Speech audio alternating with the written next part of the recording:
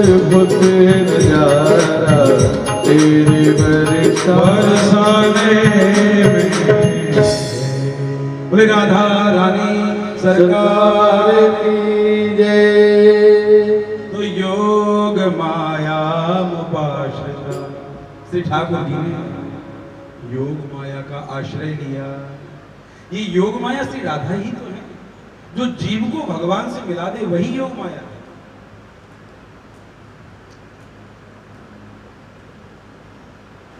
भगवान ने देखा कि प्राची दिशा में लाल लाल चंद्रमा का उदय हुआ है। उसी समय श्री ठाकुर जी ने अपनी गोपनीय मंत्र से अभिमंत्रित बांसुरी बजाई। ये बांसुरी सामान्य बांसुरी नहीं, हर दिन ठाकुर जी सामान्य बांसुरी बजाते हैं। आज ठाकुर जी ने बांसुरी में क्लीम बीज का उच्चारण किया। ये क्लीम बीज क्या है? ये क्लीम बीज आकर्षण बीज है। इस मंत्र की दीक्षा उन्हीं गोपियों के लिए है जिन्होंने भगवान की कई जन्मों से तपस्या की और भगवान का अंग संग सानिध्य प्राप्त करना चाहती है। तो ये बंसी सबको सुनाई नहीं दी। गोपियां जब अपने घर से चली तो घर वालों को ये बंसी नहीं सुनाई दी। उन्हीं गोपियों के कानों में वो बंसी की आवाज गई जो महाराज की अधिकारी थी। महाराज के अधिकारी सभी नहीं होते। सामान्य व्यक्ति तो महाराज के अर्थ को ही अनर्थ कर डालेगा। महाराज अत्यंत गोपनीय लीला है। इसमें भी उन गोपियों का प्रवेश था, पांचे भूले देह सुध छठे भावना राश की, जो देहाभिमान से रहित पूर्ण परमेश्वर में लीन जो गोपियां, उन्हीं का प्रवेश था। तो उनके कानों में ये बंसी की धुनी गई, उनके कानों में आवाज गई और जो जैसी अवस्था में थी वैसे ही दौड़ पड़ी।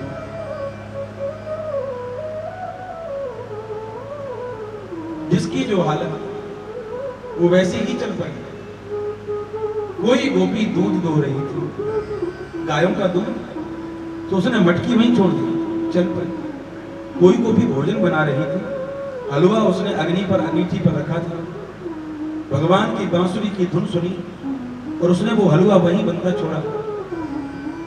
कोई गोपी अपना श्रृंगार कर रही थी, उसने देखा कि एक आंख में तो काजल लग गया है, दूसरी में लगा लूं, लेकिन इतना धैर्य कहाँ था। ठाकुर जी की बंसी ने बुलाया तो एक आंख में काजल लगा है, दूसरी ऐसे ही चल पड़ी। कोई गोपी सेवा में लगी हुई थी, उसने सेवा का धर्म छोड़ा। जो जिस काम में लगी थी उसने सब कुछ त्याग दिया। और भगवान के लिए कुछ भी छोड़ा जा सकता है। देखिए, गोपियों ने धर्म अर्थ काम मोक्ष चारों पुरुषार्थों को त्याग दिया। अर्थ का त्याग किया गोपी ने, अर्थ पैसे का। इन ब्रजवासियों की कमाई का साधन क्या है? दूध। दूध से दही बनता है, दही से मक्खन होता है। लेकिन गोपी ने दूध वहीं छोड़ा, यानी अर्थ का त्याग किया, काम का त्याग किया। सांसारिक वासना यदि गोपी के मन में तनिक भी होती तो गोपी श्रृंगार करके जाती। लेकिन यहाँ लिखा है अंजन्त्या काष्ठलोचने, एक आंख में काजल लगा है, दूसरी में नहीं लगा। यानी सामान्य लौकिक वासना कामना गोपी के हृदय में है नहीं। तीसरा, गोपी ने धर्म का त्याग किया। धर्म का त्याग करना अपराध की बात है, लेकिन यदि धर्म भी ठाकुर जी के मिलन में बाधा पहुंचा रहा हो तो धर्म को त्यागने से अपराध नहीं लगता। एक विचित्र बात है? पिता की सेवा करना पुत्र का धर्म है, लेकिन पिता यदि नास्तिक है और भक्ति से दूर करता है तो पिता से दूर होने का पाप नहीं लगेगा। क्या हिरण्यकशिपु पिता था, प्रहलाद को रोकता था कि हरिनाम मत जप। उन्होंने कहा पिताजी मैं तुम्हारी बात नहीं मानूंगा, पिता की बात का परित्याग कर दिया। माता की सेवा करना पुत्र का धर्म है, लेकिन जब भरत जी को लगा कि मेरी माँ ने ही मेरे राम को वनवास भेज दिया, सो उन्होंने कहा जननी तू जननी भैये जननी, तू कैसी माँ है जो मेरे कन्हैया को, मेरे राम को मुझसे दूर कर दिया। सो धर्म का त्याग करना ठाकुर जी के लिए सामान है। एक मिनट संकीर्तन करते हैं। संतों का आगमन, महाराज श्री पधार रहे हैं। एक मिनट संकीर्तन, इसके बाद कथा आगे कंटिन्यू रखेंगे। श्री कृष्ण कृष्ण गोरे मुरारे कृष्ण गोविंद हरे मुरारे हे नाथ नारायण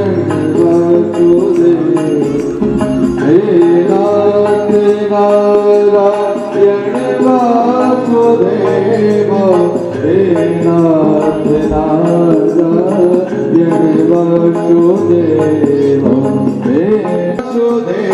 वासुदेव हे नाथ नारायण वासुदेव हे वासुदेव हे नाथ नारायण वासुदेव कृष्ण गोविंद हरे मुरारे हे नाथ नारायण वासुदेव श्री कृष्ण गोविंद हरे मुरारे हे नाथ नारायण वासुदेव हे नाथ नारायण नारायण वासुदेव हे नाथ नारायण वासुदेव कृष्ण गोविंद हरे हरि चरणारविंद की जय।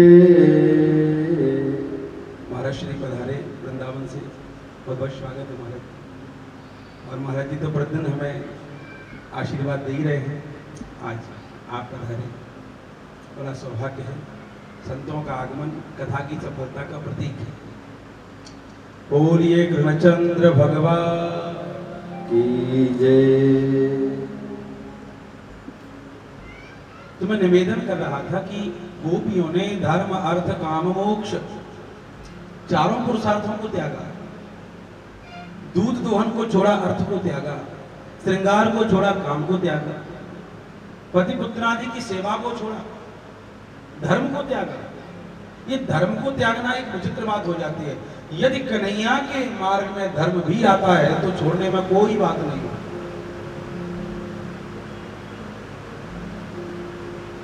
यही संदेह एक बार मीराबाई को भी हुआ था।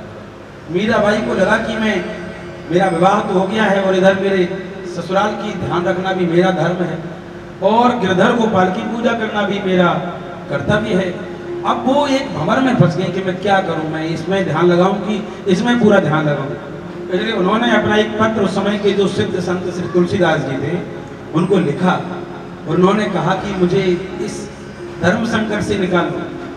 एक तरफ तो मेरे गिरधर गोपाल की पूजा है और एक तरफ मैं परिवार का ध्यान रख, एक ही ध्यान रख सकती हूँ, तो मैं क्या करूं इनको, ये मुझे पूजा करने में भी बाधा पहुंचाते हैं।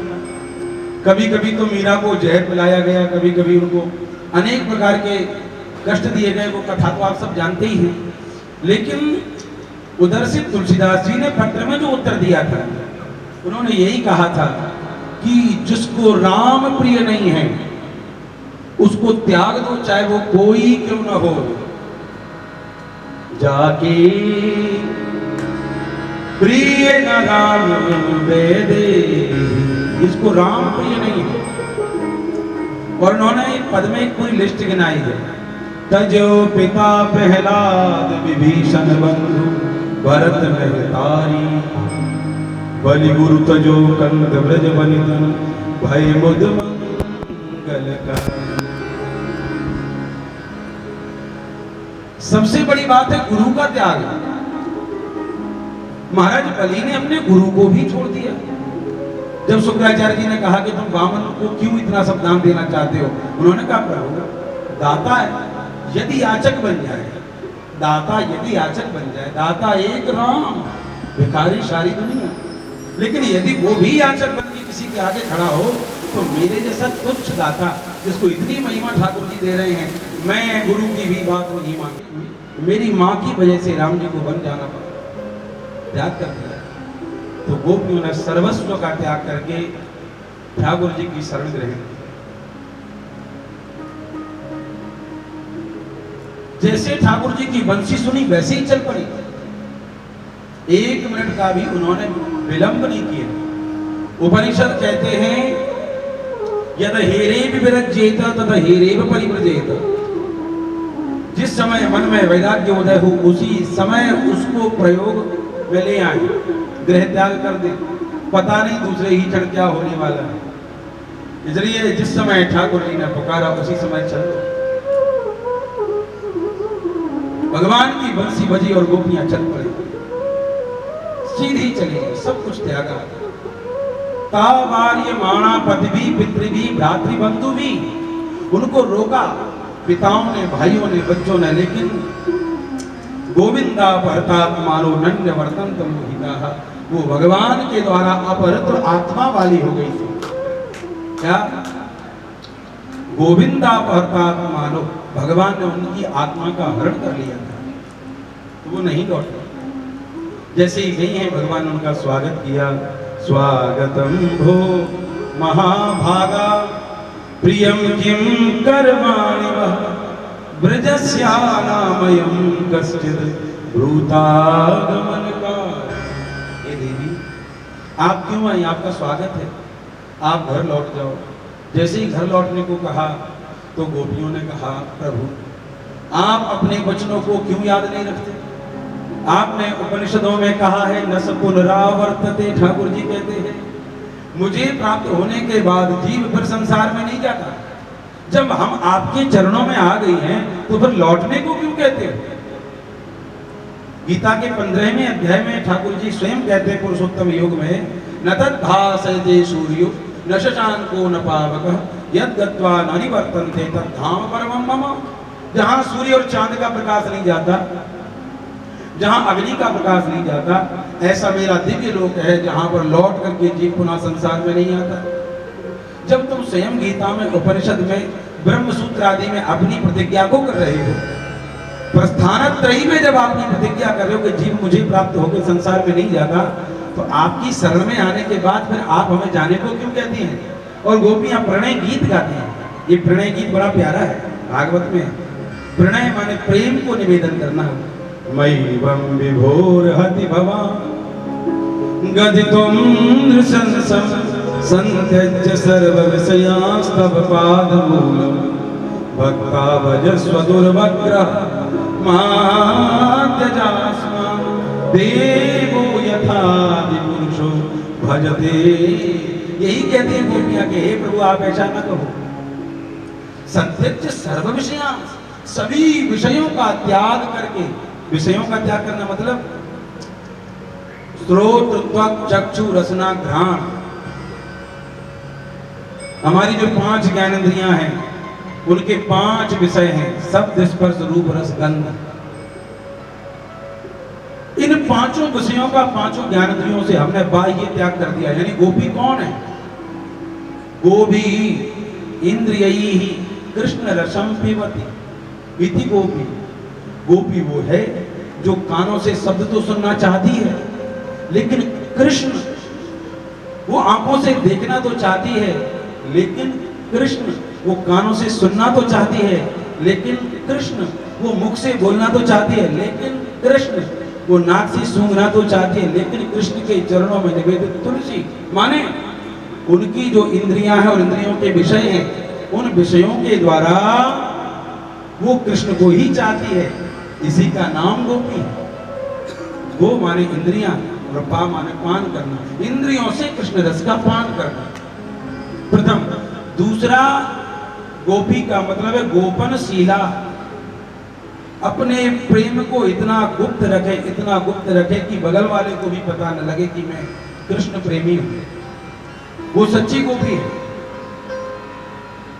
तो ये गोपी माने गोपनशीला, अपने प्रेम को छुपाती हैं। लेकिन ठाकुर जी से कहते हैं प्रभु समस्त विषयों का त्याग करके, हैं, शब्द स्पर्श रूप रसगंध सबको छोड़ दिया हमने, ये सब आपसे जोड़ दिया। शब्द आपका सुनना है, रस आपका लेना है, गंध आपके चरणों की, और नाम आपका सुनना है, दर्शन आपके करने हैं। हिंदू जी ने गाया ना कि है आंख वो जो श्याम का दर्शन किया करे, ऐसी जो प्रभु चरण में बंधन किया करे। बेकार वो मुख है जो रहे व्यर्थ बातों में, मुख वो है जो हरिनाम का कीर्तन। तो ये इंद्रियों को भगवान में लगाना ही तो गोपी भाव है। गोपी कोई स्त्री का नाम नहीं है, गोपी तो कोई भी हो सकता है। ब्रज में जो कृष्ण रस ले रहा है वो सब गोपी। गोपी एक भाव है, सखी एक उपासना है, उपासना पर। यही तो मीराबाई जब आई और महाप्रभु से मिलने के लिए उन्होंने कहा, तो उन्होंने कहा मैं किसी स्त्री से नहीं मिलता। तो मीराबाई ने बहुत अच्छी बात की, उन्होंने कहा कि मुझे तो ये पता था कि ब्रज में एक ही पुरुष है और सब गोपी हैं। ये बात जब सुनी महाप्रभु ने, हरिवंश दौड़े दौड़े आए, बोले ये कोई सामान्य स्त्री नहीं है, तो इतनी गहरी बात बोल सकती है। तो पुरुष एक श्री कृष्ण और सब गोपी, हम सब गोपी, पुरुष भी स्त्री कोई भी जो अपने द्वारा कृष्ण, तो ये वही गोपी है। भगवान प्रसन्न हो गए, बोले गोपियों मैं आपका क्या प्रिय करूं। प्रणय में थोड़ा सा अभिमान आया। वैसे एक अभिमान स्वीकृत भी है, कोई अभिमान शास्त्रों में स्वीकृत नहीं है। धन का, बल का, रूप का, पद का, प्रतिष्ठा का, किसी भी तरह का अभिमान स्वीकृत नहीं है। एक ही अभिमान, कौन सा? ऐसे अभिमान जाए जन भोरे, ऐसे अभिमान जाए जस भोरे। मैं सेवक रघुपति पति मोरे, मैं सेवक रघुपति पति मोरे। अस अभिमान जाए जन भोरे, अस अभिमान जाए जस भोरे। एक ही अभिमान कि मैं ठाकुर जी का हूँ, लेकिन वो अभिमान थोड़ा सा अधिक हो गया। एक गोपी बोली कन्हैया मेरे सिर में दर्द हो रहा है, जरा सर दबा दो। कोई गोपी बोली कन्हैया मुझे प्यास लगी, जरा यमुना से जल भर लाओ। कोई गोपी कहती कन्हैया चलते चलते मेरे चरण दुख गए, थोड़े चरण दबा दो। भगवान ने कहा सबका प्रिय करता हूँ गोपियों। सो ठाकुर जी उनके उस प्रणय रूप अहंकार को नष्ट करने के लिए अंतर ध्यान हो गए। प्रशमाय प्रसादाय तत्रैवांतर दीयत। अंतर ध्यान हुए ठाकुर जी। अंतर्हिते भगवती सहसैव व्रजांगन अतप्यस्तम चक्षा करिण्य इव यूथपम। श्री ठाकुर जी के अंतर ध्यान होते ही गोपियां तो व्याकुल हो गई। जैसे नाग मणि के बिना व्याकुल हो जाता है। मणि यदि उससे अलग हो जाए तो फन मार मार के मर जाता है। फणी बिनु मणि, मणि बिनु फणी, जिम जल बिनु मीना, मम जीवन तिम तुम्हें। जैसे बिना मणि के फणी नहीं रह सकता और बिना जल के मछली नहीं रह सकती, ऐसे ही कृष्ण के बिना गोपी कैसे रह सकती? ये प्रेम ही तो है। गोपियां ठाकुर जी को ढूंढने लगी, एक वन से दूसरे वन में, दूसरे वन से तीसरे वन में। दृष्टो वा कचिदस्वत्थ पुलक्षण्य क्रोधनो मनः नंद सुनुर्गतो भक्त्वा प्रेम भाषा बलोरणी। कभी पीपल के पेड़ के पास जाते हैं, हे पीपल क्या तुमने ठाकुर जी को देखा? कभी कदम्ब के वृक्ष के पास जाती है, कभी बरगद के वृक्ष के पास जाती हैं, कभी यमुना के तट पर जाती है, कभी कहीं कहीं अलग अलग ढूंढती हैं, कभी कभी तुलसी के पौधे के पास जाके खड़ी हो जाती हैं। कच्चित तुलसी कल्याण गोविंद चरण प्रिय। तुलसी से कहती है, तुलसी तुम तो ठाकुर जी के चरणों में हमेशा रहती हो, क्या तुम्हें कन्हैया का पता है वो कहाँ है? ठाकुर जी में इतनी तल्लीनता हो गई उनको कि उनकी लीलाओं का अभिनय करने लगे। तन मनस्कास तदालापास तद विचेष्टास तदात्मिका तदगुणा नीव गायन्त्यो। लिखा है भगवान का ध्यान करते करते उनमें मनवाली हो गई। तन मनस्कास तदालापा, अपना आलाप भी कृष्णमय करने लगी। कृष्ण कृष्ण जोर जोर से बोलने लगी। तद विचेष्टा, कृष्ण के लिए ही अपनी चेष्टाएं करती हैं। और कहाँ कहूँ, सुखदेव जी ने तो एक ही शब्द बोल दिया, तदात्मिका। वो कृष्णात्मिका हो गए, कृष्णमय हो गई गोपी, कृष्णात्मिका हो गई। और यही बात भगवान से जब पूछा कि प्रभु आप कैसे मिलोगे, तो गीता में भगवान ने क्या कहा, मन मना भव मद भक्तो मदयाजी माम नमस्कु, मेरे मन वाला हो जा, मेरा भक्त हो जा, मेरा यजन कर, मुझे नमस्कार कर। और यहाँ गोपियां भी तन मनस्कार उन्हीं के मन वाली हैं। जब ठाकुर जी ने देखा एक गोपी को लेके भगवान अंतर है, कोई और नहीं, कृष्ण जी की, उनको भी प्रणय हुआ, उनको भी छोड़ के ठाकुर जी गए राधा रानी को लेकर के। सभी गोपियां यमुना के तट पर आ गई, क्योंकि उनका मानना है कि जो वस्तु जहां से खोई है वही ढूंढनी चाहिए।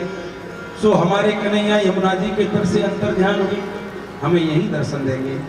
समस्त गोपियां यमुना के तट पर भगवान को बुला रही हैं प्रेम से, और इसी प्रेम पुकार का नाम गोपी गीत है। गोपियों ने एक गीत गाया, इसे गोपी गीत भी कहते हैं और इसे विरह गीत भी कहते हैं। विरह में भगवान जयति तेधिकम जन्मना प्रजा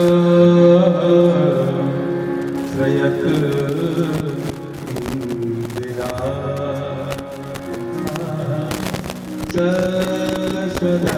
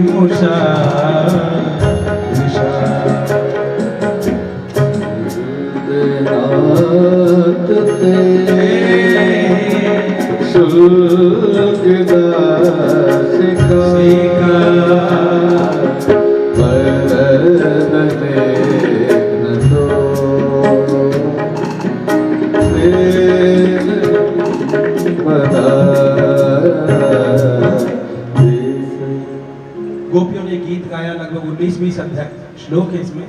सबका गाना संभव नहीं है, क्योंकि ये कथा को हमें और बहुत सारी कथाएं हैं अभी।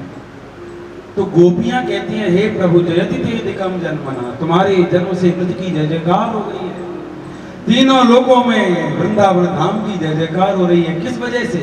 इस वजह से किसी ठाकुर जी यहाँ जन्म लिए, उन्होंने अवतार ग्रहण किया। जयति जयति जयति तेधिकम जन्मन, अधिकम जयति, तुम्हारे जन्म से वृद्ध की अधिक अधिक अधिक जय जयकार होने लगी। और लक्ष्मी जी तो मानो अपना घर समझ के यहाँ रहने लगी है। हे प्रभु, आपने हमारी सब जगह से रक्षा की। ब्रज में आग लगी तो आप आए, पूतना मारने आई तो आप आए, तृणावर्त अघासुर बकासुर आए तो आप आए, इंद्र ने कुपित होकर के ब्रज को बहाने की कोशिश की तो आप आए, सब जगह आप आए। अब ये प्रेम की अग्नि भी हमें जला रही है। आपके प्रेम के दावानल ने हमारे अंदर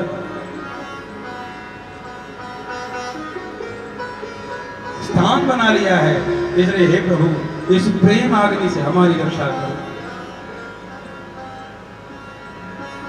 जब भगवान नहीं आए, नखल गोपिका नंदन, आप गोपी नंदन नहीं, अखिल देहधारियों के अंतरात्मा के दृष्टा है। इस प्रकार से गोपियों ने बड़ा सुंदर भाव गाया। और अंत में गोपियां कहती हैं तब कथा व्रतम तप्त जीवन कवि विरीडितम कल्मषापहम श्रवण मंगलम श्रीमदाततम भुवि गृह्णन्ति ते भूरिदास। गोपियां भगवान के चरणों में अपना प्रणय निवेदन करती हैं। जब भगवान नहीं आए, अंतिम में गोपियों ने अपने अपने वस्त्रों को उठाया और यमुना जल में कूदने के लिए तैयार हुई, क्योंकि अंतिम उपाय उनके पास यही था कि हम अपना आत्मनिवेदन भगवान के श्री चरणों में कर दें। यत्ते सुजात चरणा गुरुहं स्तनेषु पीताशनै प्रियदधीमहि कर्कशेषु ते नाटवी मदसि तद् व्यथते न किंचित् कूर्पादिभिर्भ्रमति धी भवदायुषाम्।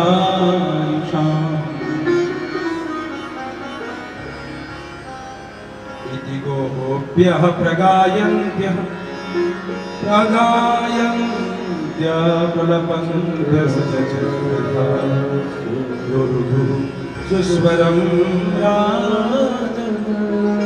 राजन कृष्ण दर्शन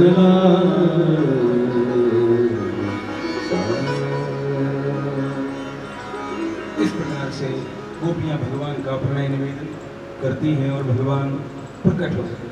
जब भगवान प्रकट हुए, एक गोपी एक कृष्ण, एक गोपी एक कृष्ण, जितनी गोपियां उतने कृष्ण प्रकट हुए हैं और बड़ा आनंद हुआ है। राधा नाचे, कृष्ण नाचे, नाचे गोपीजन, मन मेरो बन गयो सखी पावन वृंदावन। नाचे कृष्ण नाचे, नाचे गोपीजन, मन मेरो बन गयो सखी पावन वृंदावन। ब्रह्मा नाचे, विष्णु नाचे, नाचे देवगण, ब्रह्मा नाचे, विष्णु नाचे, नाचे देवगण, मन मेरो बन गयो सखी पावन वृंदावन। मन मेरो बन गयो सखी पावन वृंदावन। ब्रह्मा नाचे, विष्णु नाचे गोपीजन, मन मेरो बन गयो सखी पावन वृंदावन। मन मेरो बन गयो सखी पावन वृंदावन। 6 महीने की रात्रि हो गई, भगवान महाराज करते रहे। विक्रीडितं व्रजवधूभिरदं च विष्णु श्रद्धान्वितो न शृणुयादथ वर्णयेदियं भक्तिं परां भगवती प्रतिलभ्य कामं हृदरोगमाशुभहिनोत्यचिरे। विलास बिहारी सरकार वृंदावन बिहारी लाल की जय। आगे ब्रजवासियों ने अंबिकावन की यात्रा की है, शंखचूर्ण आदि का उद्धार किया है। इसके पश्चात श्री ठाकुर जी के मथुरागमन की लीला आती है। जब जितने भी असुर थे पहुंचे और लौट करके नहीं आए तो कंस को चिंता हुई। कंस ने सोचा कि जिन जिन असुरों को मैं भेज रहा हूं कोई लौट के ही नहीं आता, कारण क्या है? सो उसने एक आपातकालीन मीटिंग बैठाई। उस मीटिंग में जो बड़े बड़े पहलवान, बड़े बड़े असुर थे, सबको बुलाया और कहा भैया ये कारण क्या है कि कोई लौट के ही नहीं आता? तब महाराज उनके मंत्रियों ने कहा महाराज यदि कृष्ण को तुम मारना चाहते हो तो उनको यहां बुलाओ, धनुष यज्ञ का मेला करो और यहां पर आएंगे। हम बड़े बड़े पहलवानों के द्वारा चांगुर, मुष्टिक, सलतोसल आदि पहलवान हैं, उनको मार गिराएंगे। और इस प्रकार से कंस को समझा दिया। कंस ने कहा लेकिन कृष्ण को कौन लाएगा? अक्रूर जी को बुलाया जो भगवान के भक्त। उन्होंने कहा सुबह तुमको जाना है कृष्ण को लेकर के आना है। अक्रूर जी महाराज यद्यपि जानते थे कि कंस क्यों बुला रहा है, लेकिन उन्होंने सोचा कि यदि मैं इसे मना कर दूंगा तो ये इतना दुष्ट है, ये मुझे ही मार देगा। सो अक्रूर जी ने ये स्वीकार कर लिया। उन्होंने कहा ठीक है महाराज, मैं अपना काम कर दूंगा, लेकिन दैव अपना काम करेगा। दैव को पता नहीं क्या मंजूर है, तुम कृष्ण को मारो या कृष्ण तुम्हें मार दे। ये बात सारे में कही थी अक्रूर जी ने, लेकिन कंस को समझ नहीं आई। मोह के वशीभूत व्यक्ति समझ नहीं पाता। अक्रूर जी महाराज को रथ सजाया गया, रथ पर बैठे अक्रूर जी चल पड़े हैं। प्रेम के कारण इतना आनंद बढ़ा उनका कि उनके हाथ से घोड़ों की लगाम छूट जाती है और एक एक घंटे आधे आधे घंटे तक घोड़े रास्ते पर ही खड़े रहते हैं। वृंदावन से मथुरा का मार्ग केवल आधा घंटा, अत्यधिक धीरे धीरे चलो तो पैदल जाओ तो भी 1 घंटे में पहुंच जाओगे। लेकिन अक्रूर जी को सुबह से चलते चलते सांझ हो गई। सांझ क्यों? क्योंकि जब जब उनको ध्यान आए कि मैं ठाकुर जी से मिलने जा रहा हूँ, प्रेम के कारण उनका सब कुछ भूल गया। ये प्रेम ऐसी वस्तु है जो देह की सुध को खो देती है। एक बार जब सुतीक्षण जी को पता लगा था कि श्री ठाकुर जी राम जी वनवास में विचरण करते करते मेरी कुटिया की ओर आ रहे हैं, तो सुतीक्षण जी महाराज अगवानी करने के लिए दौड़े। दौड़े तो सही, लेकिन अगवानी करने जा न सके। वो रास्ते में ही बेहोश हो गए, मूर्छित हो गए, और मूर्छित होकर के लेटे लेटे राम राम राम जप रहे। मोन है राम बहु भांति जगावा। बार बार जगाया सुदीक्षण जी को, लेकिन सुदीक्षण जी जगते नहीं है। क्यों? कृष्ण प्रेम, राम प्रेम ऐसा ही होता है, सावधानी नहीं रहती है। और महाराज अक्रूर जी महाराज सायंकाल के समय वृंदावन की सीमा में प्रवेश करते, मन में मनोरथ करते जा रहे हैं, मैं जाऊंगा, भगवान कृष्ण पीतांबर पहने होंगे, बलभद्र नीलांबर पहने होंगे, दोनों के मस्तक पर चंदन अंगराग का लेपन होगा है, और दोनों के हाथों में दूध दोहन के लिए मथानी होगी। गौशाला के द्वार पर मैं कृष्ण और बलराम के दर्शन करूंगा। भगवान तो मन की पहचानने वाले हैं। अक्रूर जी महाराज वृंदावन में प्रवेश करते हैं। उसी समय अक्रूर जी ने देखा कि वृंदावन की वालुका में भगवान कृष्ण के चरण चिन्ह अंकित हैं। ब्रज वालुका में चरण चिन्ह अंकित है। सूरत से कूद पड़े, भगवान के चरण चिन्हों की जो रज थी ना, उस रज को अपने मस्तक पर लगाने लगे। मैं कितना भाग्यशाली हूं जो भगवान की चरण रज मिल रही। इसलिए मैं हमेशा कहता हूं कि ये रज वही है जो भगवान के चरणों से इसका स्पर्श हुआ है। भगवान 11 वर्ष तक ब्रज में रहे, लेकिन 11 वर्ष तक उन्होंने ब्रज में चरणों में चरण पादुका नहीं पहनी, जूते नहीं पहने, चरण पादुका नहीं पहनी। पूरे ब्रज की रज को वो तीर्थ बना गए। श्री ठाकुर जी के चरणों से स्पर्शित ये रज है, इसलिए ब्रज रज को मस्तक पर धारण करना चाहिए। अक्रूर जी ने उस रज को उठाया और अपने माथे पर, सिर पर लपेटने लगे। और महाराज पुनः से रथ पर बैठ करके नंद गोष्ठ के द्वार पर उन्होंने अपना रथ रोक दिया। सायंकाल का समय है। बलभद्र नीलांबर, कृष्ण पीतांबर पहने, दोनों के हाथ में मटकी है, चंदन का लेपन है। और ऐसी स्थिति दर्शन करके आनंदित हो गए अक्रूर जी महाराज। दौड़ पड़े और दौड़ करके भगवान के चरण पकड़ लिए। मथानी एक तरफ रख करके भगवान ने उठा करके गले से लगा लिया अक्रूर जी को। अरे काका जी, आप हमारे सम्माननीय हैं।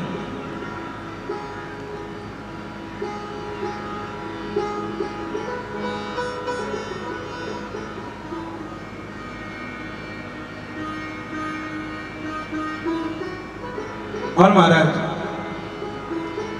भगवान ने उनको गले लगाया।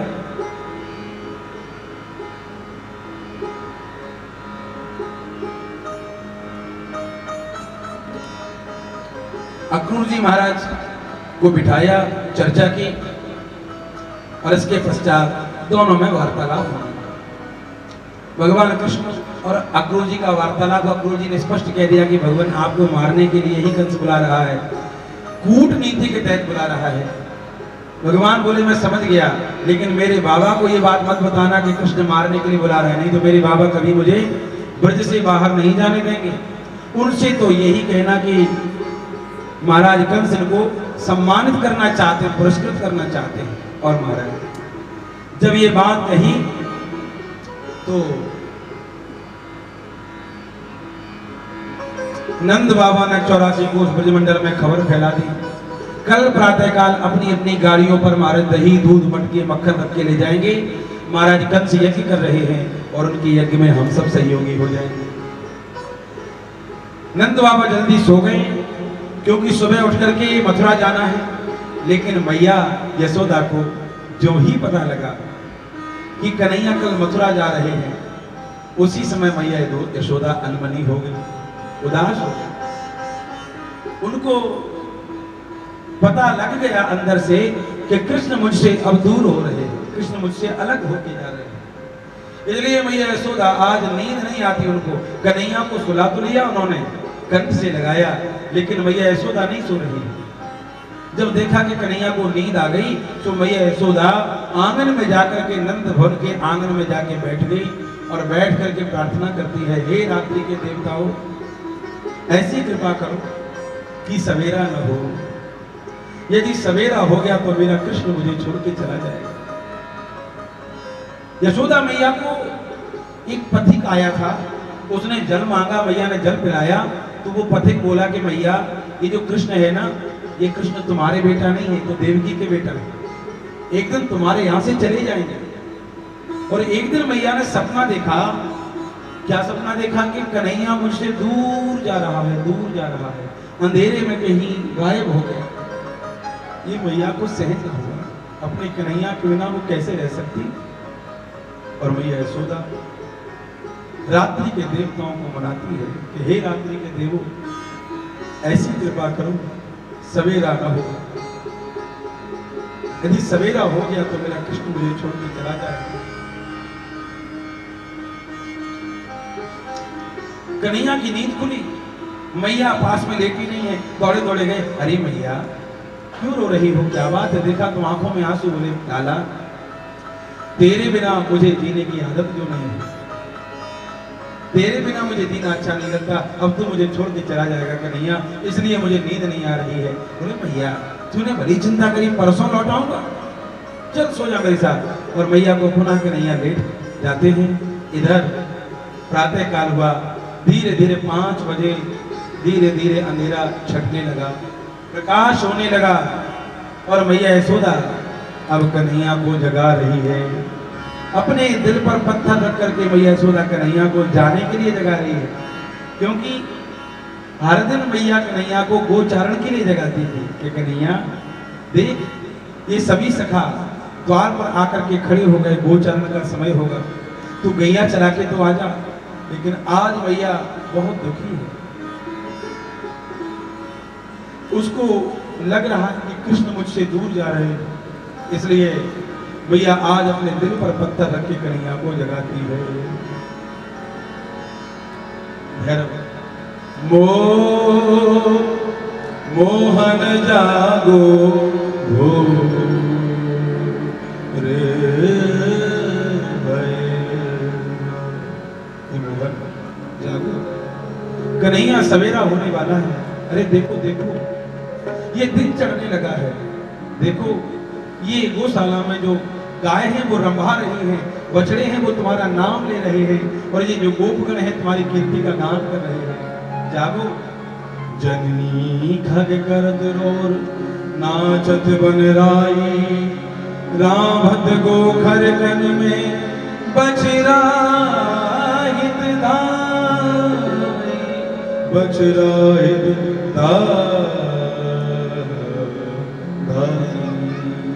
कन्हैया देखो तो सही, ये सब तुम्हारी कीर्ति का गान कर रहे हैं, उठो। इस तरह से मैया ने जगाया कृष्ण को, गुनगुन जल से स्नान कराया, और मैया आज अंतिम बार कन्हैया का श्रृंगार कर रही है। ये भोली गोपी क्या जानती है कि वो कन्हैया का अंतिम बार श्रृंगार कर रही है। उसके मन में आ रहा है संभवतः कृष्ण मुझे अब न मिलेंगे, सो मैया अपना पूरा मन लगा रही है ठाकुर जी को कस्तूरी का तिलक लगाया, बनमाला पहनाई, वैजंती माला पहनाई, बाल संभाले, भगवान को वस्त्र पहनाए, काजल लगाया, डिठौना लगाया, श्रृंगार किया लाला का। और कन्हैया बोले मैया आज श्रृंगार तो तूने किया, लेकिन मेरी बंसी मेरे फेंटे में कसना तो भूल गई। मैया दौड़ी दौड़ी गई और बंसी फेंटे में कस दी। अब श्रृंगार करके कन्हैया का मैया कहने लगी लाला एक क्षण के लिए खड़े हो जाओ, तुम्हारी इस मनोहर मूर्ति को मैं आंखों के द्वारा हृदय में बसा लूं, फिर पता नहीं मुझे तुम कब देखने को मिलो। ये मैया यशोदा का प्रेम अद्भुत है। भगवान यद्यपि देवकी के बेटा हैं, लेकिन यशोदा का प्रेम अद्भुत है। देवकी से भी श्रेष्ठ मैया यशोदा का प्रेम है। जैसे इसलिए हम कन्हैया को यशोदा नंदन कहते हैं। देवकी से जब भगवान ने कहा था मैया तुझे क्या चाहिए, तो देवकी ने कहा था कि मैं अपने मरे हुए बेटों को देखना चाहती हूँ। लेकिन यशोदा से एक दिन भगवान ने मजाक में कहा मैया तुझे क्या चाहिए, मुझसे मांग ले। मैया यशोदा बोली कन्हैया मुझे कुछ नहीं चाहिए, मुझे तेरी सन्निधि चाहिए, तू चाहिए। ये यशोदा का प्रेम है। मैया यशोदा कन्हैया को मनो आंखों से पी जाएगी। और कन्हैया का श्रृंगार किया, भगवान के लिए माखन मिश्री एक टिफिन में रख दिया, अक्रूर को दे दिया कि जब कन्हैया को भूख लगे ये माखन मिश्री खिला देना। अक्रूर जी महाराज रथ सजा करके द्वार पर आ गए और जैसे ही द्वार पर पता लगा गोपियों को कि कन्हैया ब्रज से मथुरा जा रहे हैं, हे कृष्ण गोविंद दामोदर माधवेति, गोविंद दामोदर माधव कहती कहती गोपियां सारी अपनी लज्जा को त्याग करके कन्हैया के रथ के आगे खड़ी हो गई। विसृज लज्जाम रुरुदुस्म सुस्वरम गोविंद दामोदर, लज्जा को त्याग करके एक स्वर में रोने लगी, हे कृष्ण, हे माधव, हे मोहन, हे श्याम सुंदर, हमें तुम किस बात का दंड दे रहे हो? हमारी इन आंखों को क्यों दंड दे रहे हो? आपके बिना हम कैसे जिएंगे? सभी गोपियां रथ के आगे लेट गई और कहने लगी अक्रूर इस रथ को तो हमारे ऊपर से निकाल दो, क्योंकि कन्हैया के बिना फिर हम वैसे भी जीवित हो रहने वाली नहीं। तुम्हारा नाम अक्रूर किसने रखा? तुम तो बड़े क्रूर हो जो हमारे श्याम सुंदर को हमसे दूर कर रहे हो। ब्रजमंडल में गोपियां एक साथ रोने लगी। अब कल्पना कीजिए 1000 गोपियां कृष्ण प्रेम में एक साथ रोई हो, उस समय ब्रज की हालत क्या हुई होगी? भगवान के जाने के बाद ब्रज में एक ही ऋतु रही, वो वर्षा ऋतु। निश्चित वर्षत नयन हमारे, सदा रहत पावस ऋतु हम पर जबते श्याम। गोपियों के जीवन में एक ही ऋतु रही, उसे कहते हैं वर्षा ऋतु। आंखों से आंखें बरसती रही। भगवान ने गोपियों को समझाया, एक गोपियों तुम मेरी लीला में विक्षेप कर रही हो। गोपियां खड़ी हो गई, कहने लगी श्याम सुंदर यदि तुम जाना चाहते हो तो जाओ, हम नहीं रोकेंगे। लेकिन एक बात, कुंज में श्री राधा रानी बेहोश पड़ी हुई, जाके उनसे तो मिलो। उसको जब पता लगा किशोरी जी को कि कृष्ण जा रहे हैं, वो दौड़ के रथ के पास न आ सकी, वो कुंज में मूर्छित हुई। भगवान गए, किशोर जी को गोद में लिया और गोद में लेकर के उनकी मूर्छा खोली और कहने लगे किशोरी तुम्हें तो पता है तुम और मैं वैसे तो एक है, लेकिन लीला के लिए दो हैं। ध्यान करो, सुदामा नाम के गोप ने तुम्हें शाप दिया था। एक बार सुदामा नाम के गोप ने कृष्ण दर्शन के लिए अपनी इच्छा व्यक्त की थी, तो उसने दर्शन जब नहीं कराए राधा रानी ने, तो उस गोप ने शाप दिया था कि जैसे कृष्ण के वियोग में राधे मैं तड़प रहा हूं, ऐसे ही 100 वर्ष के लिए तुम्हें भी कृष्ण छोड़ के चले जाएंगे। ये राधे, वो 100 वर्ष के वियोग का समय उपस्थित हुआ है, तुम्हें धैर्य रखना होगा। किशोरी जी भगवान के मुख का दर्शन कर रही है और यही बोल रही है, हे श्याम सुंदर, तुम्हारे बिना मेरा जीवन कैसे सुरक्षित रहेगा, मुझे इसका कोई आश्रय दे।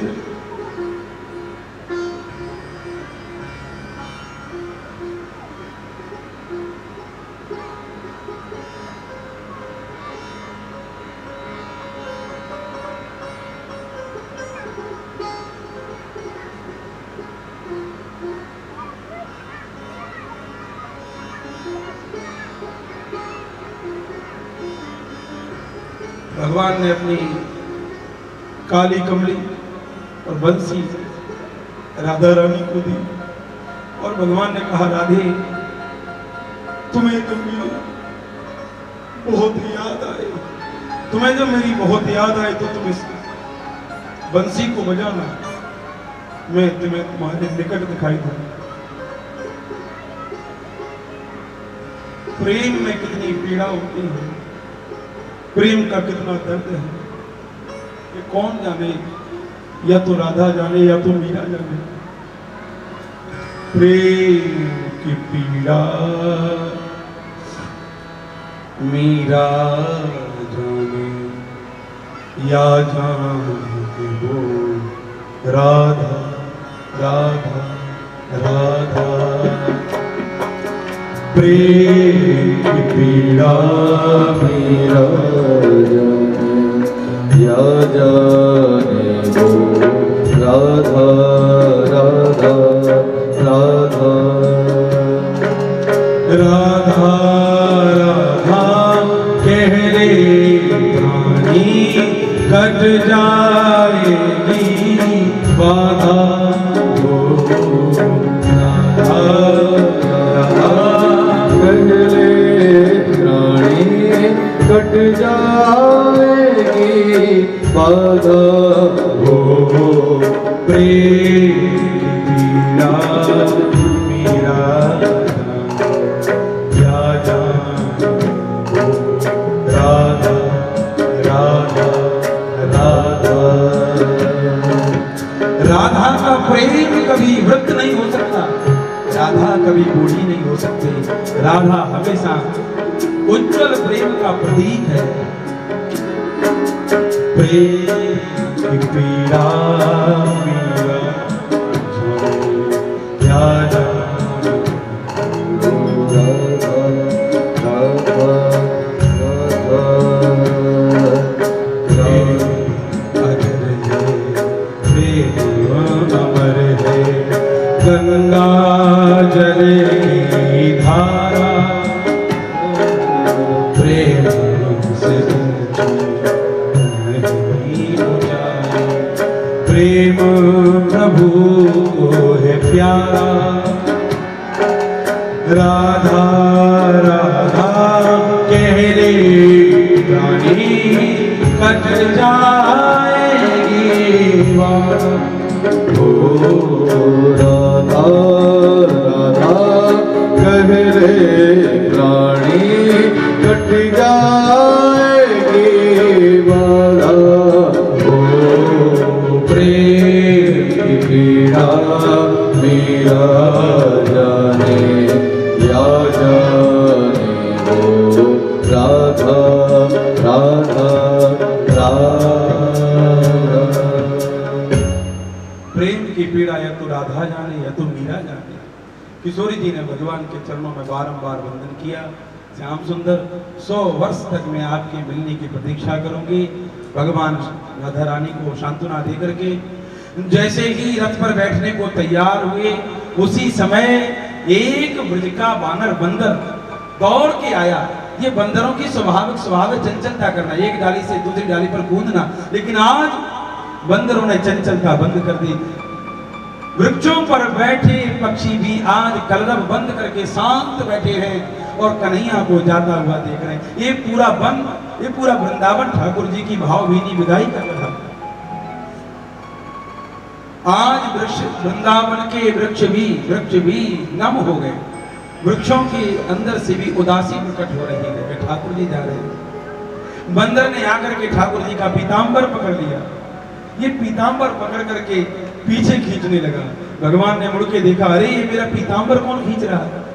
तो देखा भगवान ने कि एक बंदर जो रो रहा है, मानो वो ये कह रहा है कि श्याम सुंदर आप थे तो हमें माखन खिलाते थे, अब कौन माखन खिलाए। इस प्रकार ब्रज में एक ही ऋतु रही वर्षा। ब्रज के बंदर, ब्रज के पक्षी, ब्रज के गाय, ब्रज के मोर, ब्रज के गोप, ब्रज के गोपियां ठाकुर जी के जाने के बाद सब इतने रोए हैं, कहते हैं कि ब्रज का जल खारी हो गया। ये ब्रज के प्रेमी भक्त कहते हैं, ये प्रेम है अद्भुत। भगवान रथ पर बैठे चल पड़े। बूढ़ी यशोदा रथ के पीछे दौड़ी, हाथ में डंडी लेके। भगवान उतर कर गया है, मैया क्या बात है। बोले कि नहीं, एक बात है कहनी है। क्या बात है मैया। सो मैया यशोदा बोली, बेटा वैसे मैंने तेरी झूठी सच्ची जो सेवा करी हो वो तो करी हो, लेकिन एक बार मैंने तुझे ऊखल से बांध दिया था। तेरी रस्सी में ऊखल के निशान है। तो कभी तेरी मैया देवकी तुझसे कहे कि निशान किस बात के, तो कन्हैया छुपा लेगा। बेटा ये मत कहना कि यशोदा ने मुझे ऊखल से बांध दिया था, नहीं तो वो देवकी कहेगी कि मैंने थोड़े दिनों के लिए अपना बेटा इसके यहाँ भेजा और ये ठीक से न रख सकी मेरे कन्हैया को। ये बात कही तो कन्हैया की आंखों में आंसू आ गए। मैया तू क्या समझती है कि केवल देवकी का हक है मेरे ऊपर। मैया देवकी का जितना हक है उससे ज्यादा तेरा हक है मेरे ऊपर। संसार में लोग वसुदेव नंदन कम कहेंगे, नंद नंदन ज्यादा कहेंगे। संसार में लोग देवकी नंदन कम कहेंगे, यशोदा नंदन ज्यादा कहेंगे। पुनः रथ पर बैठे ठाकुर जी चल पड़े। रास्ते में भगवान ने चतुर्भुज स्वरूप के दर्शन दिए हैं। नंद बाबा जी को पहले ही जाकर के एक बगीचे में ठहर गए थे। अक्रूर ने वहीं जाकर के रथ रोक दिया है। भगवान कृष्ण बलभद्र और समस्त सखा नंद बाबा की आज्ञा से ब्रज के दर्शन करने के लिए चले। लेकिन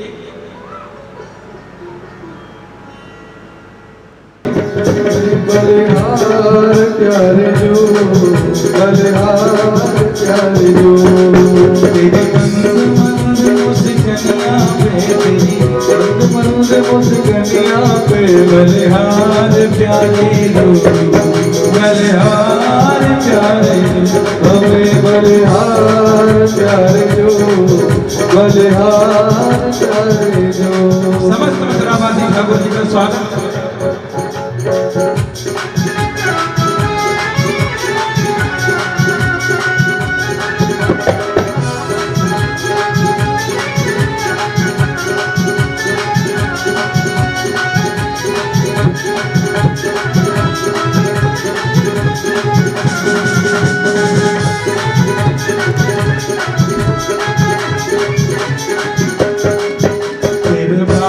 अजब घुंघराले मटके काले काले, तेरे बाल बड़े घुंघराले बदरायो काले काले, तेरे बाल बड़े घुंघराले बदरायो काले काले, तेरे बाल बड़े घुंघराले बदलायो काले काले, तेरी गोर मुकुट लटकनिया पे, तेरी मोर मुकुट लटकनिया पे, बलिहार प्यारे बलिहार प्यारे जो, हमें बलिहार प्यारे जो, बलिहार प्यारे जो।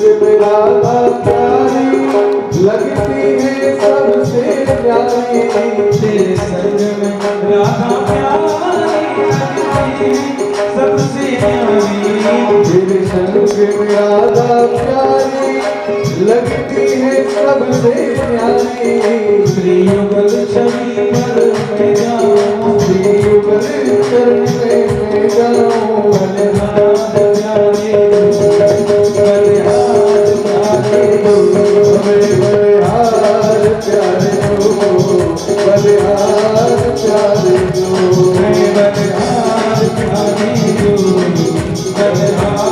प्यारे हमें बलिहार प्यारे हो बलिहार प्यारे हो बलिहार प्यारे हो बलिहार प्यारे हो बलिहार प्यारे हो बलिहार प्यारे हो हमें बलिहार प्यारे हो हमें बलिहार प्यारे हो। बोलिए कृष्णचंद्र भगवान की जय। बांके हरिलाल की जय। भगवान श्री कृष्ण रंगमंच पर गए जहाँ पर धनुष रखा हुआ था। कुबलयापीठ हाथी का वध किया, धनुष के 2 टुकड़े कर दिए, रक्षकों को पीटा और दूसरे दिन कंस ने बड़ा जोर का इंतजाम कराया। ऊंचे सिंहासन पर स्वयं जाकर के बैठ गया। पहलवानों से भगवान को खींच लिया गया। चाणूर को भगवान कृष्ण ने और मुष्टिक को बलराम जी ने। खेल ही खेल में भगवान ने चाणूर मुष्टिक का वध कर दिया, सल तो सल पहलवानों का वध कर दिया। उछल करके ठाकुर जी ऊंचे सिंहासन पर चढ़ गए और कंधे पर बैठ करके कंस के बालों को खींचा। कंस कहने लगा, कन्हैया मुझे दर्द हो रहा है। कंस से जब भगवान बोले कि मामा जी, मेरी माँ ने भी आपसे यही कहा था कि भैया मुझे मत मारो, मेरे बालों में दर्द हो रहा है। तो मैं उनके सर के बाल खींचे थे, एक झटके दिया, ठाकुर जी ने वो रंग मंच से नीचे गिरा। त्रिलोकी का वजन धारण करके भगवान उसके ऊपर छलांग लगा दे और आकर के कूद गए। कंस के प्राण पखेरु उड़ गए, उसके मुख से रक्त की धारा निकली। बोले कंस वधकारी भगवान की जय। कंस का वध हुआ, भगवान की यात्रा निकली है। उग्रसेन को राजा बनाया गया, देवकी वसुदेव को कारागार से निकाला, नंद बाबा आदि गोपों को पुनः से भगवान ने बारंबार निवेदन करके प्रस्थान कराया। देवकी वसुदेव ने अपने पुत्रों को शांतिपनी पाठशाला पढ़ने के लिए भेजा। वहां गुरुपुत्र को गुरु दक्षिणा में देकर के श्री ठाकुर जी सुदाम आदि प्रधान ब्राह्मण ब्रह्मचारी से उनकी मित्रता हुई। इसके आगे श्री ठाकुर जी पुनः लौट करके आए और थोड़ी देर और धैर्य बना करके रखे। मैं कथा को विश्राम कर ले जा रहा हूँ क्योंकि आज कथा हमें भगवान की विवाह तक पहुँचानी है। तो नाम लेते हुए कथाओं का भगवान मथुरा में आए, उनको बारंबार अपने व्रत की याद आए तो उन्होंने संदेश वाहक उद्धव जी को बना करके भेजा। प्रसंग बहुत ही रसमय है लेकिन समय का अभाव है। उद्धव जी महाराज ज्ञानी तो थे लेकिन भक्ति का पुट नहीं था। व्रज में आकर के प्रेम लक्षणा भक्ति भी प्राप्त हुई, ज्ञान भी प्राप्त हुआ और इस प्रकार कई महीने बाद कह के 2 दिन की गए थे, उद्धव जी महाराज लौटे हैं। गोपियों का प्रेम मिला और उद्धव जी महाराज पर संपूर्ण हो गए क्योंकि ज्ञानी केवल ज्ञान से पूर्ण नहीं होता, भक्ति भी उसको चाहिए। इधर अस्थि प्राप्ति कंस की जो 2 पत्नियां थी वो जरासंध की बेटियां थी। जब जरासंध को पता लगा कि मेरी दोनों बेटियां विधवा हो गई, तब उसने 17 बार आक्रमण किया मथुरा पर और 17 बार हार करके गया। 18वीं बार बताते उसने ब्राह्मणों को लेकर के आया। भगवान ने उस रण को छोड़ दिया, इसलिए भगवान का नाम रणछोड़ पड़ गया। रणछोड़ भगवान जय। और एक पर्वतमाला में प्रवेश किया। जरासंध ने उस पर्वतमाला का चारों तरफ से आग लगवा दी। भगवान पर्वत की चोटी पर जाकर के बलराम जी दोनों कूद गए हैं और उसी रात में श्री ठाकुर जी ने विश्वकर्मा को बोल करके समुद्र में स्वर्ण की द्वारिकापुरी के का निर्माण कराया। अभी आपने देखा होगा कुछ दिन पहले बहुत नीचे मोदी जी द्वारिकापुरी के दर्शन करने गए थे, तो स्वर्ण की द्वारिका तो लगभग लुप्त है। ये भी उसका कुछ अवशेष अंश होगा जहाँ ये गए थे। तो कहने करते हैं कि भगवान के जाने के बाद वो स्वर्ण की द्वारिका पानी में ही लीन हो गई थी पूरी स्वर्ण की स्वामी थी। तो अब जो वृंदावन बिहारी कृष्ण थे मथुरा विहारी श्री कृष्ण थे, वो द्वारिकाधीश हो। बोले द्वारिकाधीश सरकार की जय।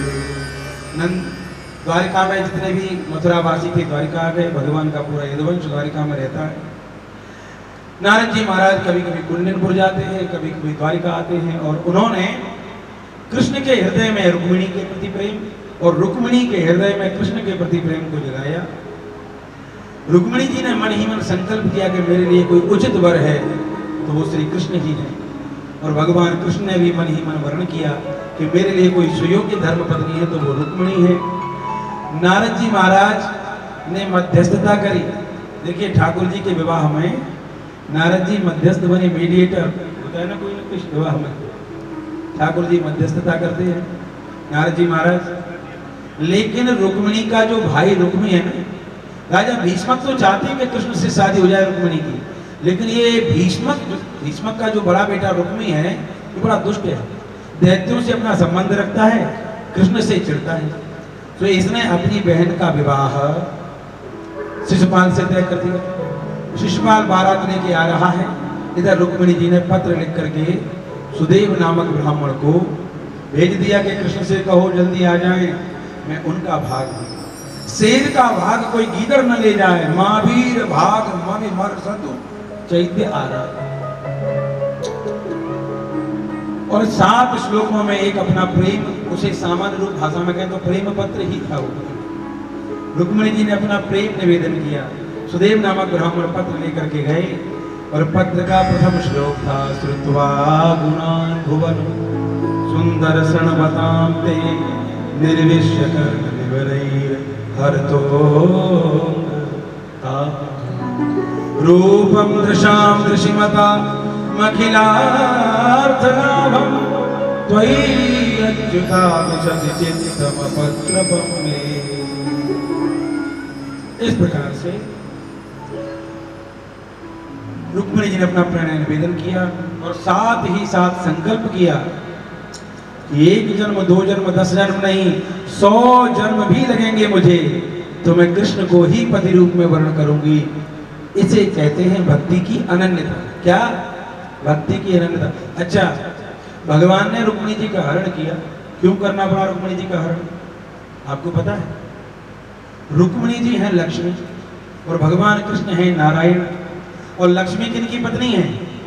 नारायण की। हम करोड़पति, लक्षपति, अरबपति ये जो शब्द बोलते हैं ना, ये शब्द बेकार है, अच्छा नहीं है। पति तो हो ही नहीं सकते हम धन के, क्योंकि उनके पति तो नारायण ही हैं। लक्ष्मी के पति कौन है? नारायण। भाई लक्ष्मी नारायण आभ्याम नमः हम बोलते नहीं बोलते? तो ये जो शब्द हैं ये निरर्थक शब्द है।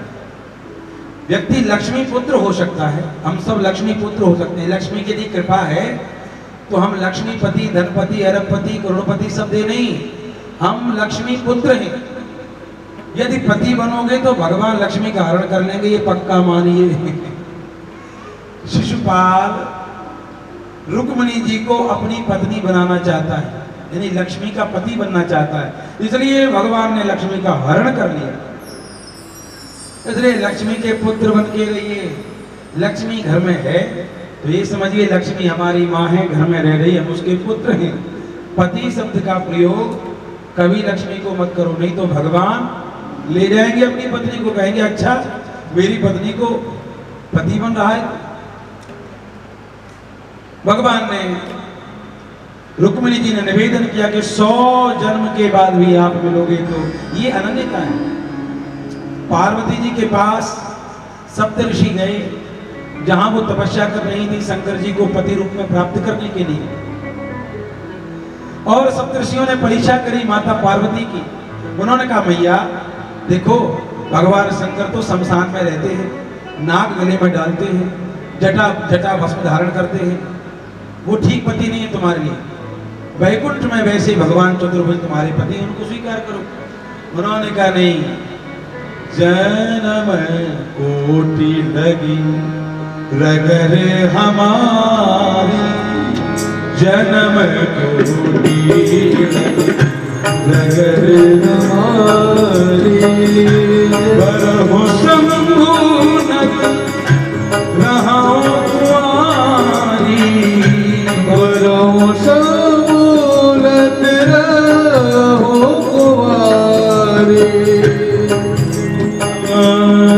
जन्म कोटि लगे नगर हमारे, जन्म कोटि लगे नगर हमारे।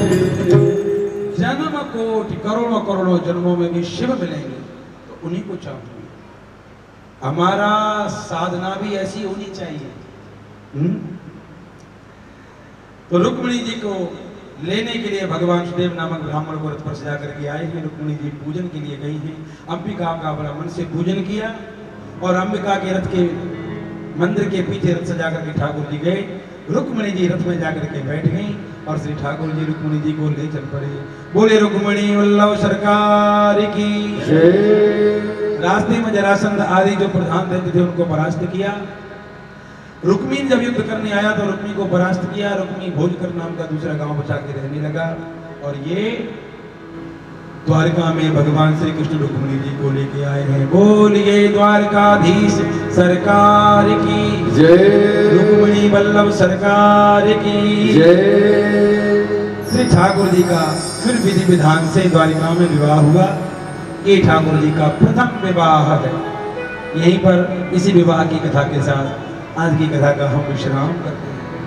बोलिए कृष्णचंद्र भगवान की जय। मोहे अपनी ही दुल्हन बना ले, श्याम तेरी दीवानी हुई। मोहे अपनी दुल्हन बना ले, श्याम तेरी दीवानी हुई मैं। दीवानी दीवानी दीवानी दीवानी दीवानी दीवानी दीवानी दीवानी दीवानी दीवानी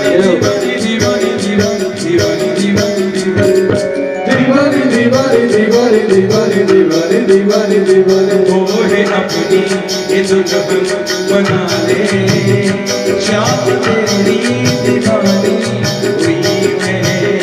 मोहे अपनी दुल्हन बना ले, श्याम तेरी दीवानी हुई मैं।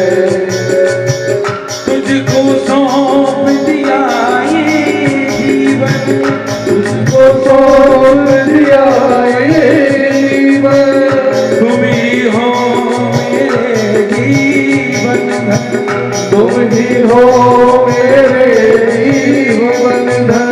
तेरे बिना सुना है मधुबन, तेरे बिना सोना ये मधुबन।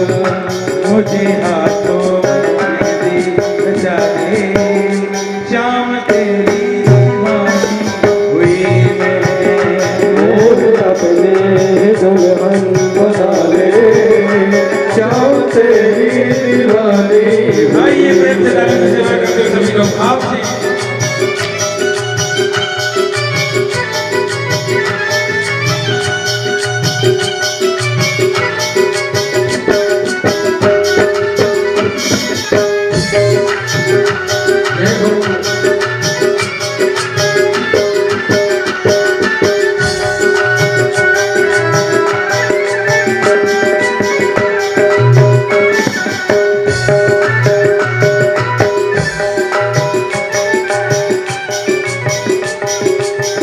तेरे लिए मैंने बिंदिया सजाई, तेरे लिए मैंने बिंदिया सजाई, तेरे लिए मैंने नथनी सजाई, तेरे लिए मैंने नथनी सजाई, तेरे लिए मैंने मांग भराई, तेरे लिए मैंने मांग भराई। हाथों में अब हाथों में मेहंदी रचा ले, श्याम तेरी दीवानी अब हाथों में मेहंदी रचा ले, श्याम तेरी दीवानी हुई मैं। दीवानी दीवानी दीवानी दीवानी दीवानी दीवानी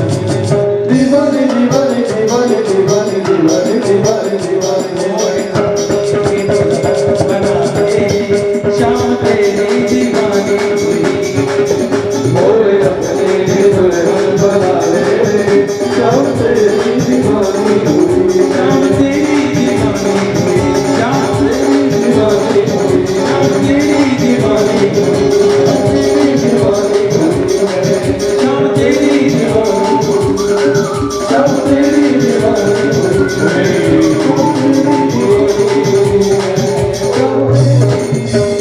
बोले रुक्मिणी वल्लभ सरकार की जय कृष्णचंद्र भगवान की जय द्वारकाधीश सरकार की जय।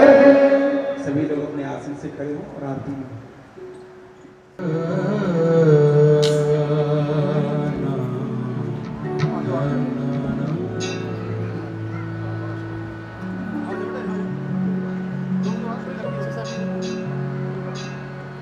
चंद्रमा मनसो जातश्चक्षुः सूर्यो अजायत श्रोत्रर्गो श्रवण मुखाद निरजायत मन में बसा कर तेरी मूर्ति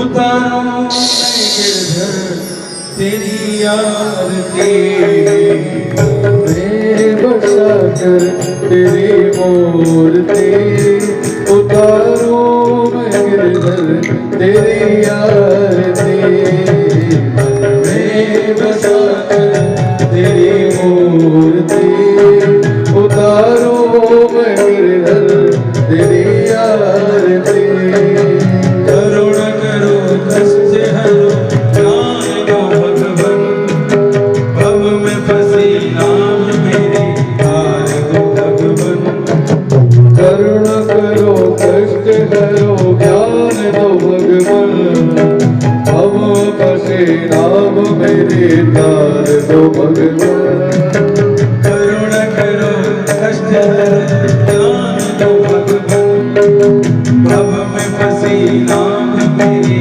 हार दो भगवन करुण करो कष्ट करो ज्ञान दो भगवन अब हम फंसे नाम मेरे तार दो भगवन दर्द की दवा तुम्हारे पास है दर्द की दवा तुम्हारे पास है जिंदगी दया की है भीख मांगती पल में बसा कर तेरी मूर्ति उतारो मैं गिरधर तेरी आरती मैं बसा कर तेरी मूर्ति उतारो मैं गिरधर तेरी आरती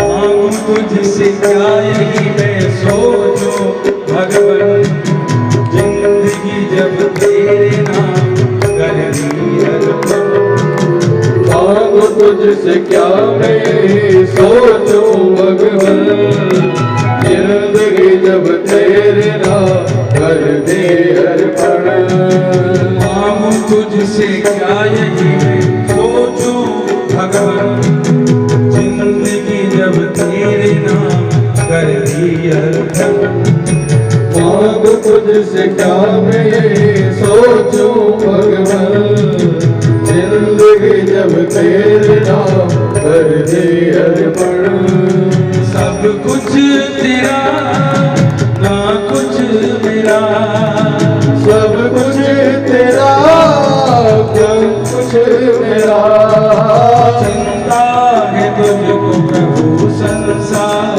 की मन में बसा कर तेरी मूर्ति उतारो मैं गिरधर तेरी आरती मन में बसा कर तेरी मूर्ति उतारो मैं गिरधर तेरी आरती वेद तेरी महिमा गाए संत करे ध्यान नारद गुण गान करे छेड़ वीणा वेद तेरी महिमा गाए संत करे ध्यान नारद गुण गान करे छेड़ वीणा वेद तेरी महिमा गाए संत करे ध्यान नारद गुण गान करे छेड़ वीणा वेद तेरी महिमा गाए संत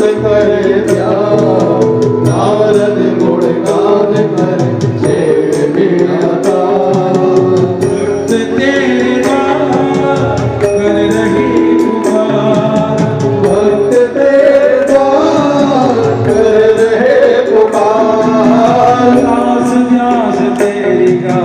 गाए आरती मन में बसा कर तेरे मूर्ति उतारूं गिरधर तेरी आरती मैं बसा कर तेरे मूर्ति उतारूं गिरधर तेरी आरती मन में बसा कर तेरे मूर्ति उतारूं गिरधर तेरी आरती।